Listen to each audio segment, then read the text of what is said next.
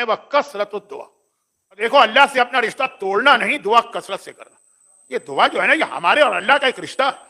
یہ بتاتا ہے کہ ہم اللہ کو رب العالمین بھی مانتے ہیں, اللہ کو قادر مطلق بھی مانتے ہیں, اور یہ بھی مانتے ہیں کہ اس کائنات میں حکم صرف اللہ کا چلتا ہے. دنیا والے جتنی بھی کوشش کر لیں, اگر اللہ چاہے کوئی طاقت اللہ کے حکم کو نہیں ٹال سکتی ہے. آج کی رات اس اعتبار سے بہت اہم رات کے لیے دو جملے ہیں نا. میں نے کہا دعا ہمارے اور اللہ کے رشتے کا نام, اور وہ حسین جملہ جو آپ اکثر سنتے ہیں کہ جب کبھی میرا دل چاہتا ہے اللہ مجھ سے باتیں کرے تو میں قرآن پڑھنا شروع کرتا ہوں, اور جب میرا دل چاہتا ہے میں اللہ سے باتیں کروں تو دعا کرنا شروع کر دیتا ہوں.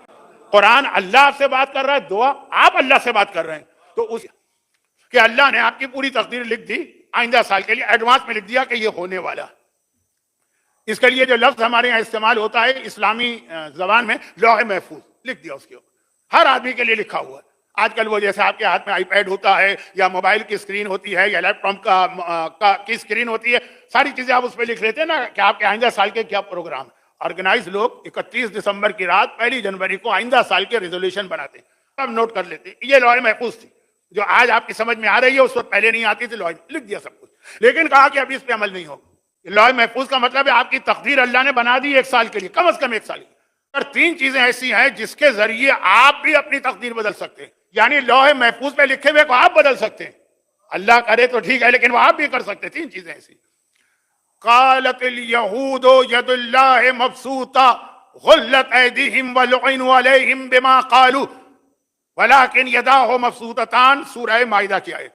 یہودی کہتے ہیں اللہ کے ہاتھ بندھے ہوئے, ان کے ہاتھ بندھ جائیں, لعنت ہو ان کے اس عقیدے پر. قرآن کہہ رہا ہے, میں نہیں کہہ رہا ہوں. یہ آیت قرآن کی آیت نمبر 67 65 ایسے کچھ. ولیکن یداہ مبسوطتان, اللہ کے ہاتھ بندھے نہیں, اللہ کے ہاتھ کھلے ہوئے. اب کیا مطلب اس کا, بہت جلدی سے بات کر رہا ہوں. ایک عقیدہ تھا پیچھے کی قوموں کا, ماضی کی قوموں کا, جب اللہ تقدیر لکھ دیتا ہے نا وہ ہو گئی فائنل. اللہ بھی اس کو چینج نہیں کر سکتا, اس کے ہاتھ بند گئے, اس کے ہاتھ بند گئے. بندے ہاتھوں سے مطلب جو اللہ نے لکھ دیا اس کو چینج نہیں کرے گا. کبھی کبھار ہماری زندگی میں ایسا ہوتا ہے, لیکن سمجھانے کے لیے بات کر رہا ہوں. ایک صاحب کا مکان تھا, وہ کرائے پہ دے رہے تھے. انہوں نے اعلان کیا کہ کون لے گا رینٹ پر. ہم بھی پہنچے ان کے پاس, تعلقات بھی تھے, جان پہچان بھی تھی, کچھ بزرگی کا احترام بھی تھا. ہم نے کہا چاہیے کہ مولانا افسوس آپ 1 گھنٹہ دیر سے آئے, ہم کسی اور سے وعدہ کر چکے تھے, اب ہمارے ہاتھ بند گئے, اب ہم وعدہ خلافی نہیں کر سکتے. میں بہت جلدی مثالیں دے رہا ہوں تاکہ وقت میں بات پوری ہو جائے. تو یہودیوں کا عقیدہ یہی اللہ کا معاملہ. لکھ دیا اللہ نے کہ آپ کی عمر 70 سال ہے. اب اللہ کے بھی ہاتھ بن گئے. جب لکھ دیا, فرشتوں نے دیکھ لیا, اب اللہ اس کو بدل نہیں سکتا. قرآن کا لعنت ہو ان کے اوپر. اللہ کے ہاتھ کھلے ہو, جو اللہ نے لکھ دیا ہے اللہ بدل سکتا ہے. پھر وہ آگے آیت ہے یمحو اللہ ما یشاء ویثبت وعندہ ام الکتاب. جو اللہ چاہے مٹا دے, ڈیلیٹ کر دے. محو کرنا, مٹا دینا, ڈیلیٹ کر دینا. جو اللہ اپنے لکھے ہوئے کو چاہے مٹا دے, جسے چاہے باقی رکھے. اس کے ہاتھ کھلے ہوئے ہیں. 3 چیزیں ایسی ہیں جس کے ذریعے آپ اللہ کے لکھے ہوئے کو بھی چینج کر سکتے. کرے گا اللہ چینج, لیکن آپ کے کہنے سے 3 بہت اہم ہیں. اور ان میں سے ایک آپ کو پتا ہے صدقہ. روایتوں میں ہے کہ صدقہ موت کو ٹال دیتا ہے. کیا مطلب؟ فرشتوں کو آرڈر آ گیا کہ اس آدمی کو 29 رمضان کو موت دینا ہے, ملک الموت تیاری کر رہا ہے, سارے سامان اس نے جمع کر لیے, وہ چلا 29 رمضان کو, آرڈر آگے رک جاؤ. اب اس کو 5 سال کی زندگی اور مل گئی. کیوں مل گئی؟ کہ اس نے صدقہ دیا. پہلے اللہ نے لکھ دیا تھا اپنے لکھے ہوئے کو. اب یہ صدقے پہ تو پوری الگ میں مجلس سے پڑھتا ہوں, لیکن صرف ربط ملانے کے لیے اصل تیسری چیز ہے کہ صدقہ جس طرح آپ سنتے ہیں نا, خالی موت کو نہیں ڈالتا, موت جیسی چیز ٹال دیتا ہے, لیکن باقی بلائیں بھی. دوسری چیز ہے صلہ رحمی, رشتہ داروں کے ساتھ اچھا سلوک کرنا. نہیں روایتیں ہیں کہ رشتہ داروں کے ساتھ اچھا سلوک کرنا تقدیر بدل جاتی ہے. تیسری چیز ہے دعا. دعا میں وہ طاقت ہے کہ اللہ نے لکھ دیا, نہ آپ نے صدقہ دیا, نہ آپ نے صلہ رحمی کی, خالی دعا کی. مثال بھی دی امام نے.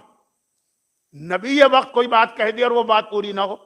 حضرت یونس نے اپنی قوم سے کہا کہ تم پر عذاب آئے گا, اور اتنی یقینی بات تھی کہ اپنی قوم کو چھوڑ کے چلے گئے. ہر نبی کا طریقہ ہے عذاب کی خبر دیتا ہے جب کنفرم عذاب ہو. کنفرم مثلا کنفرم کسے کہتے؟ ایک تو نبی کہتے تم یہ گناہ کر رہے ہو عذاب آئے گا, وہ نہیں ہے کنفرم. کنفرم ہے کہ کہے 25 رمضان کی فجر کے بعد عذاب آ رہا, یہ ہے کنفرم. جب یہ کہتے ہیں تو اس سے پہلے والی رات کو وہ اپنی قوم سے نکل جاتے ہیں, اور جو مومن ہیں ان کو لے کے. حضرت یونس اتنی کنفرم خبر سے نکلے. عذاب خدا آیا نہیں آیا؟ آیا. سروں پہ پہنچا, انہوں نے دعا مانگی, خالی دعا. نہ کوئی صدقہ دیا اس وقت, نہ کوئی صلہ رحمی اس وقت کی ہے, لیکن دعا کی اتنی طاقت تھی کہ آتا وہ عذاب ان کے سروں سے مس ہوتا ہوا واپس چلا گیا. یہ دعا کی طاقت ہے. یہ بڑے دلچسپ واقعات ہیں میرے پاس, لیکن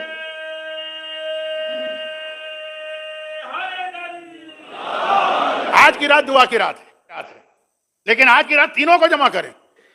یہ کیونکہ کتابوں میں جو لکھا ہے ہم خالی بک پہ چلتے ہیں. صدقہ ہر رات کی مصیبتیں دور کرتا ہے. آج رات کو بھی صدقہ دیجئے, کیونکہ ہر رات کو صدقہ دیں گے اس رات کی مصیبت دور ہوگی. آج رات کو صدقہ دیں گے سارا سال کی مصیبت دور ہوگی, کیونکہ آج رات کی مصیبتیں اگر دور ہو گئی نا تو یہ تو سارے سال کی باتیں ہیں نا. تو صدقہ ضرور دیجئے, چاہے آپ کو کتاب میں اعمال میں یہ لکھا ہوا نظر نہ آئے. نماز ہے, نماز شب قدر 2 رکعت 7 قل اللہ والی, وہ مس نہ کیجیے گا.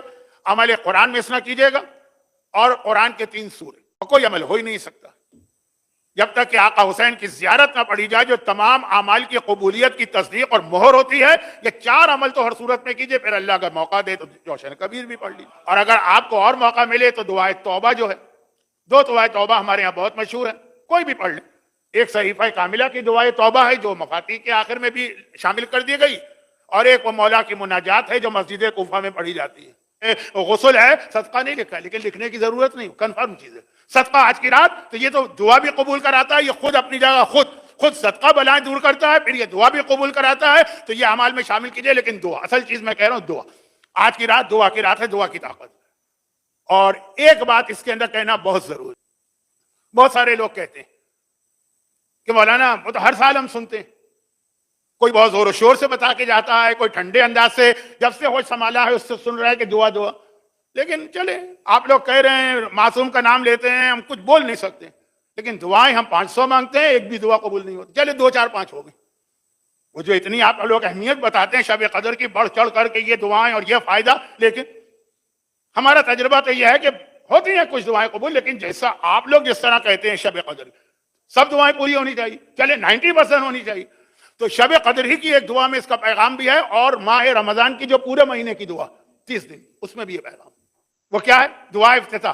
اس کے شروع میں آئے خدا, میں اپنی جہالت کی وجہ سے شک میں پڑ جاتا ہوں, ان ابطاعت انی, جب دعا قبول ہونے میں دیر لگتی ہے, لیکن مجھے پتا ہے علم کا بعاقبت الامور, جو تو میری دعا قبول نہیں کر رہا ہے اس میں بھی میرے لیے کوئی فائدہ ہے, کیونکہ میں مستقبل کو نہیں دیکھ رہا ہوں, تو مستقبل کو دیکھتا.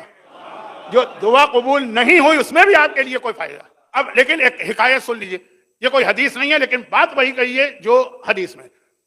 پرانے زمانے کے بادشاہ تھے, تو ان کا ایک تفریح کا ذریعہ ہوتا تھا شکار.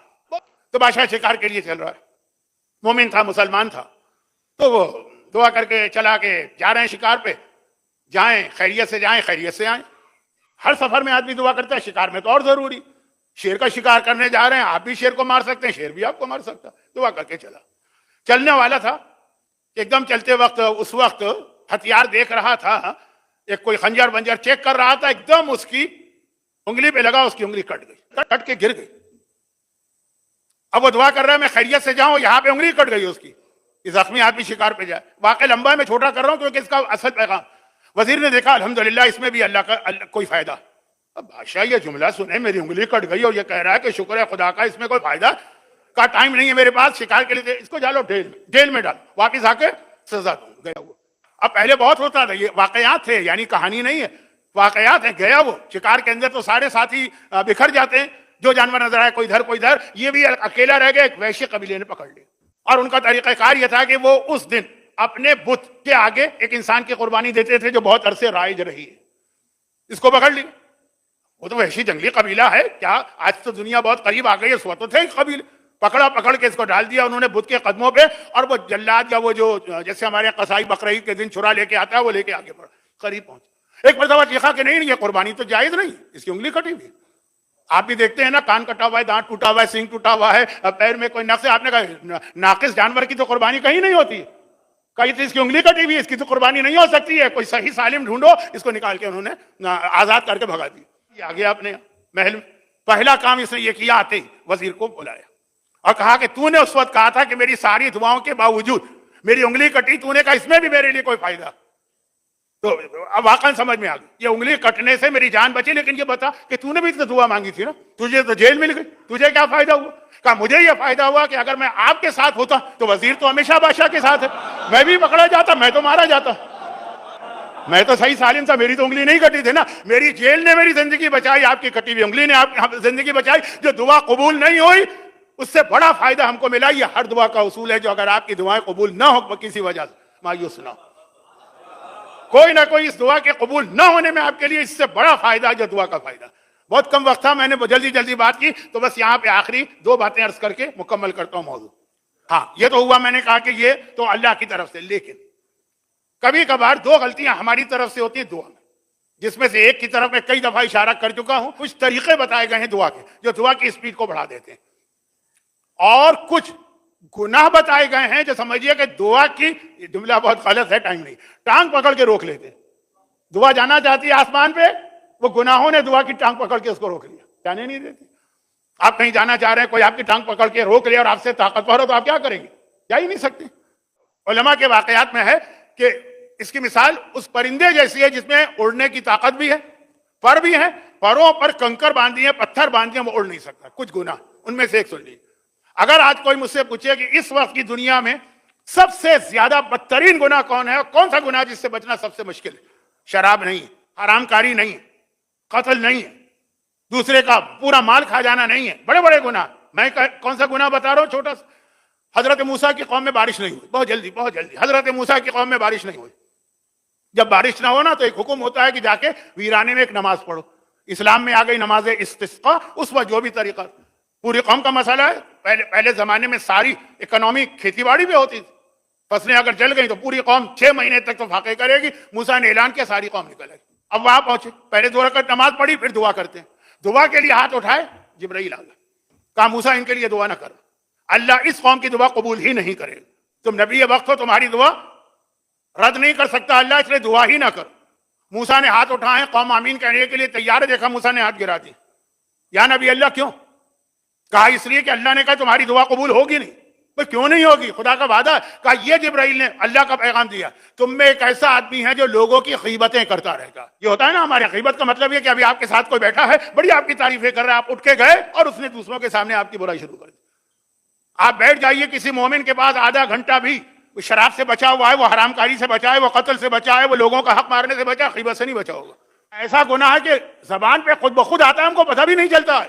ہم مسجد میں ہیں تو غیبت ہے, ہم امباڑے میں ہیں تو غیبت ہے, ہم روزے میں ہیں تو غیبت ہے, ہم حج کر رہے ہیں تو غیبت ہے, ہم قرآن پڑھ رہے ہیں تو غیبت ہے, اپنے عام اجتماعات اور اپنے عام محفلیں تو چھوڑے. اس طرح غیبت گناہ بڑھ گیا, پھیل گیا, یعنی کسی کی برائی کرنا اس کی ایبسنس میں. اور اس سے بڑا گناہ ہے کہ منہ پہ تعریف کریں, اٹھ کے گیا تو برائی شروع ہو.